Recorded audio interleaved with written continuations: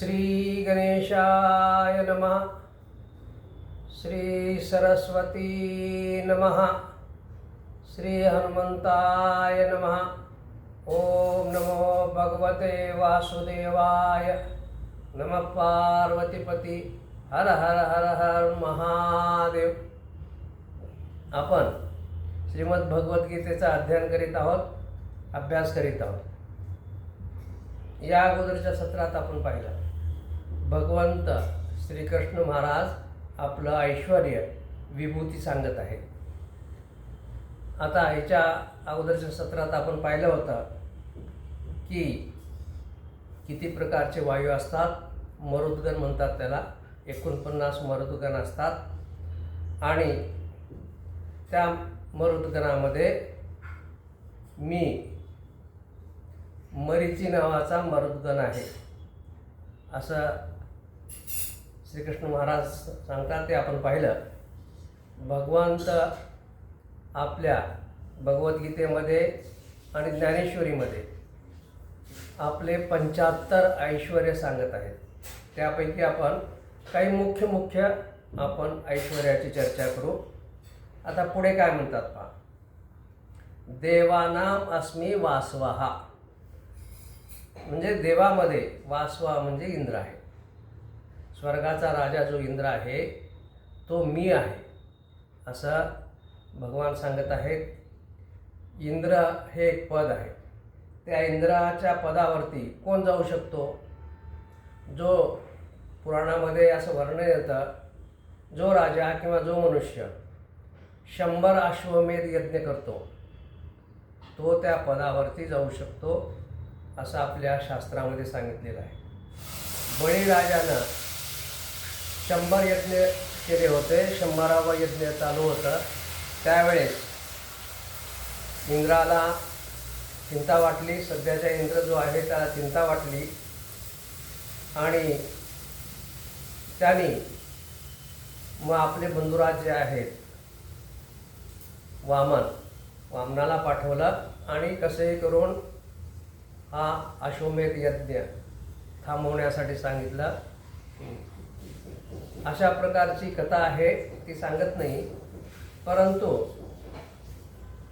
जरी वामन भगवंतानी बळीराजाचा यज्ञ थांबवला तरी सुद्धा भगवान विष्णू बळीराजाचे द्वारपाल झाले। पाताळात बळीराजाला राज्य दिलं आणि तिथे द्वारपाल झाले आणि भगवंताने सांगितलं की पुढचा जो इंद्र आहे तो तू होशील। आता 7वं मन्वंतर चालू आहे। 7व्या मन्वंतरामध्ये जो इंद्र आहे तिच्यानंतर 8वं ज्यावेळेस मन्वंतर चालू होईल त्या 8व्या मन्वंतरामध्ये बळीराजा हा इंद्र होईल। इथं सांगायचा उद्देश हा की भगवान म्हणतात की या देवामध्ये देवाचा राजा जो आहे तो इंद्र मी आहे असं श्रीकृष्ण महाराज सांगत आहेत।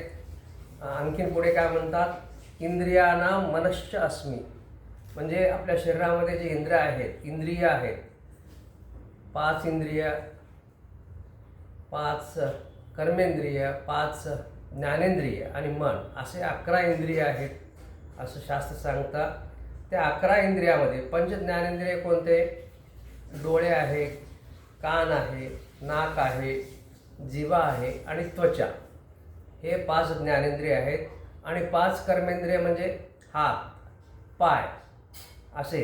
नंतर वाणी पण एक कर्मेंद्रिय आहे। वाणी दोन्ही पण आहे, ज्ञानेंद्रिय पण आहे, जीभ ज्ञानेंद्रिय पण आहे आणि जीभ कर्मेंद्रिय पण आहे। नंतर गुदा आणि गुप्त इंद्रिय अशा प्रकारे 5 हे कर्मेंद्रिय आहेत आणि मन असं मिळून 11 इंद्रिय आपल्या शरीरात आहेत। श्रीकृष्ण महाराज सांगत आहेत या 11 इंद्रियामध्ये मी मन आहे। या 11 इंद्रियामध्ये मन फार महत्त्वाचं आहे। उपनिषदामध्ये एक मंत्र येतो, ते उपनिषदकार काय म्हणतात, मन एव मनुष्यानाम कारणम बंध मोक्षयो, म्हणजे मन मनुष्याचा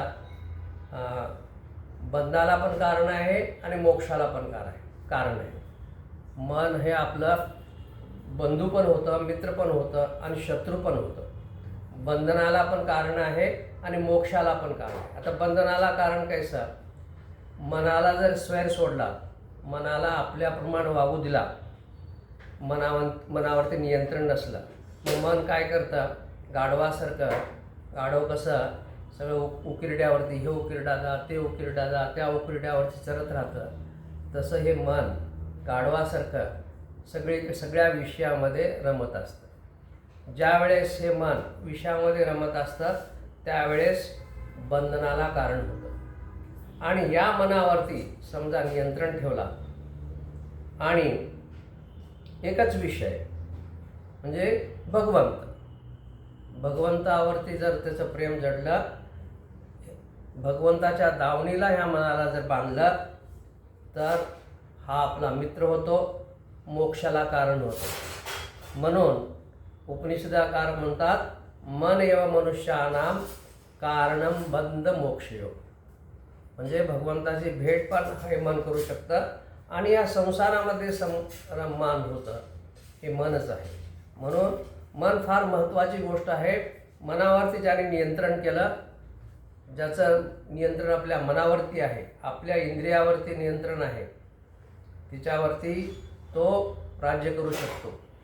महाभारतामध्ये एक प्रसंग येतो, नारद मुनी धर्मराजाला आल्यानंतर पहिला प्रश्न विचारतात की हे राजा, तुझं राज्य कसं चालू आहे आणि तू आपल्या इंद्रियावरती ताबा ठेवला आहेस का, मनावरती ताबा ठेवला आहेस का, हा पहिला प्रश्न विचारतात. फार महत्त्वाची गोष्ट आहे. जो राजा आपल्या इंद्रियावरती आणि मनावरती ताबा ठेवू शकतो तोच राज्य करू शकतो. म्हणून मन हे फार महत्त्वाची गोष्ट आहे. आता श्रीकृष्ण महाराज आणखीन पुढे काय सांगतात, भूतानाम अस्मि चेतनः. म्हणजे जीवामध्ये, प्राण्यामध्ये, जिथं जीवजंतू आहेत, सर्व भूतामध्ये, जीवामध्ये चेतना मी आहे. चेतना म्हणजे चैतन्य मी आहे, चेतना मी आहे. आपण त्याला इंग्रजीमध्ये एनर्जी म्हणू शकतो. तर अगोदर काय म्हणाले होते श्रीकृष्ण महाराज की अहम आत्मा गुडाकेश सर्वभूताशय स्थितः. अगोदर काय म्हणाले, ह्या शरीरामध्ये मी आत्मा आहे असं म्हणाले. नंतर काय म्हणाले, आता काय म्हणतात, मी चेतना आहे, चैतन्य आहे. म्हणजे याचा अर्थ काय झाला, याचा साधा अर्थ असा होतो, आत्मा व चेतना, चैतन्य ह्या दोन वेगवेगळ्या गोष्टी आहेत. म्हणजे बघा, हा थोडा मोठा घन विषय आहे. आत्मा आणि चैतन्य ह्या वेगवेगळ्या गोष्टी आहेत. हे समजणं फार कठीण आहे, परंतु हळूहळू सांगतो, समजावून सांगतो. आत्मा वेगळा, चैतन्य वेगळा. आता मुंडक उपनिषदामध्ये एक फार महत्त्वाचा मंत्र येतो. मुंडक उपनिषद आहे, त्याच्यामध्ये एक फार महत्त्वाचा मंत्र येतो. तो मंत्र असा आहे, द्वा सुपर्णा सयुजा सखाया, द्वा सुपर्णा सयुजा सखाया समानं वृक्षं परिवस्वजाते. म्हणजे परिशस्वजाते म्हणजे दोन पक्षी आहेत. सुपर्णा म्हणजे सुंदर पंख असलेले दोन पक्षी आहेत. सयुजा आहेत, सारखे आहेत. सखाया म्हणजे सखे आहेत आणि एकत्र बसलेले आहेत आणि एका झाडावरती बसलेले आहेत. एका झाडावरती दोन सुंदर पंख असलेले पक्षी एकमेकाचे सखे आहेत, मित्र आहेत आणि जवळजवळ बसलेले आहेत. हा मंत्र आहे, हा फार महत्त्वाचा मंत्र आहे. याचा आध्यात्मिक असा अर्थ असा होतो की आपल्या शरीरामध्ये भगवंताचे, परमात्म्याचे दोन रूप आहेत. दोन रूप आहेत, चैतन्य दोन आहेत, एक आत्मा आणि एक जीव. आता इथं भगवंत पण ते सांगतात, चैतन्य मी आहे आणि आत्मा पण मी आहे. आत्मा आहे, चैतन्य आहे. मुंडक उपनिषद पण सांगतात की एका झाडावरती दोन पक्षी आहेत. एक पक्षी काय करतो की त्या झाडाची फळं खातो आणि दुसरा पक्षी काय, तो साक्षी आहे, काही करत नाही, नुसता बसून आहे. तो फक्त साक्षी रूपानं पाहत असतो. तो साक्षी रूपानं पाहणारा कोण आहे? साक्षी रूपानं पाहणारा जो आत्मा आहे आणि त्या झाडाची फळं खाणारा तो जीव. म्हणजे जीव ह्या सर्व जे आपण कार्य करतो, आपण जे काही ह्या संसारामध्ये कार्य करतो, जीव कार्य करतो, तो जीव आहे. म्हणजे जीव वेगळा, आत्मा वेगळा. या धर्तीवरतीच माझा एक त्रैतवाद आहे. मी त्रैतवाद सांगितलेला आहे. आता कित्येक जण म्हणतात की अद्वैतवाद, द्वैतवाद. अद्वैतवाद म्हणजे एकच तत्व आहे. द्वैतवाद म्हणजे दोन तत्व आहेत, म्हणजे आत्मा आणि परमात्मा वेगळा. अद्वैतवाद शंकराचार्य महाराजाचा अद्वैतवाद आहे. ते म्हणतात आत्मा आणि परमात्मा एक आहेत. काही आचार्य म्हणतात द्वैतवाद म्हणजे आत्मा आणि परमात्मा वेगळा आहे. माझा हा त्रैतवाद आहे. त्रैतवाद म्हणजे जीव, आत्मा आणि परमात्मा हे तीन वेगवेगळे आहेत. जरी मी काय सांगतो बघा, जरी ते तत्वरूपानं, शक्तिरूपानं नाही, तत्वरूपानं एकच आहेत. सर्व परमात्म्याचेच अंश आहेत. परमात्मा, आत्मा आणि जीव एकच आहेत. अंशरूपाने एक आहेत, तत्वरूपाने एक आहेत. तरी परंतु कार्यामध्ये त्यांच्यामध्ये फरक आहे. त्या तिघाचं कार्य वेगवेगळं आहे. जीवाचं कार्य वेगळं आहे, आत्म्याचं कार्य वेगळं आहे, परमात्म्याचं काम वेगळं आहे. आत्मा काही करत नाही, जे काही करतो तो जीव करतो. आणि परमात्मा सर्वाच्या वरचा, ज्या परमात्म्याने ही पूर्ण जग, सृष्टी, विश्व याची निर्मिती केली, तसं आत्मा करू शकत नाही. आत्मा हा सीमित आहे, फक्त आपल्या शरीरामध्ये सीमित आहे. आणि जीव हा जो आहे तो सुख दुःख सगळं द्वंद्व तो जीव भोगतो. आत्मा काही करत नाही. आत्मा फक्त, मी मध्यंतरी सांगितलं होतं, याच्यावरती नंतर केव्हा तरी चर्चा करेल. याला मी नावं ठेवलेली आहेत, नावं दिलेली आहेत. जो जीव आहे तो भाऊ आहे आणि आत्मा जो आहे तो दादा आहे आणि परमात्मा हे वडील आहे. आणि ह्याच्यावरती मी केव्हा तरी विस्तारानं बोलेल त्रैतवादाबद्दल. परंतु इथं एक सांगतो की इथं जसं श्रीकृष्ण महाराज म्हणाले आणि मुंडक उपनिषदामध्ये सांगितलं की मी आत्मा आहे, मी चैतन्य आहे.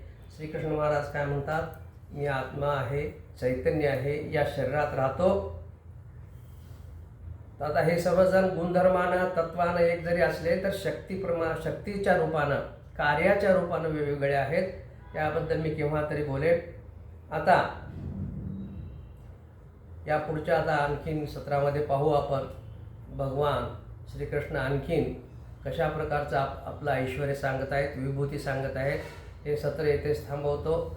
तो हळूहळू सांगेल कशा तत्वाची, कशा रूपाची आपण पूजा करावी, ज्याला जे आवडेल त्याच्या प्रकारची पूजा करावी. हे 75 ऐश्वर्य, 75 विभूती भगवान सांगत आहेत. त्याचा हळूहळू आपण अभ्यास करू, चर्चा करू. हे सत्र इथेच थांबवतो. ओम नमः शिवाय. नमः पार्वतीपती हर हर हर महादेव. ओम शांती शांती शांती.